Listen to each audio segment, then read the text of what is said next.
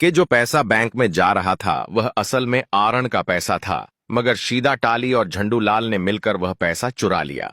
अब जब कर्ज वापस नहीं हो पाता तो बैंक शबनम की कंपनी को सील कर देता है और चेतावनी भी दे देता है कि अगर कुछ दिनों में पैसा वापस नहीं किया गया तो कंपनी बैंक की संपत्ति बन जाएगी। शाका और शबनम बहुत परेशान होते हैं और सोचते हैं कि अब क्या किया जाए।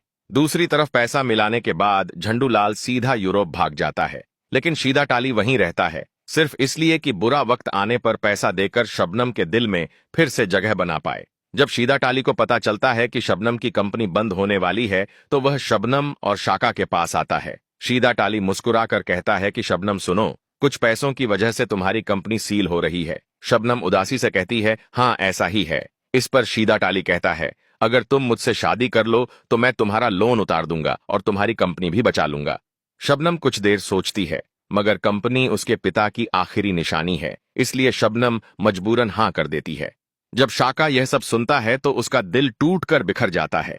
वह शबनम को समझाने की कोशिश करता है, लेकिन हालात देखकर अपने प्यार की कुर्बानी देने को तैयार हो जाता है। पर दिल ही दिल में वह सोच रहा होता है कि यह कैसे हो सकता है कि एक मैनेजर के पास इतना पैसा आ जाए कि वह पूरी कंपनी का कर्ज चुका दे। कुछ तो गड़बड़ है।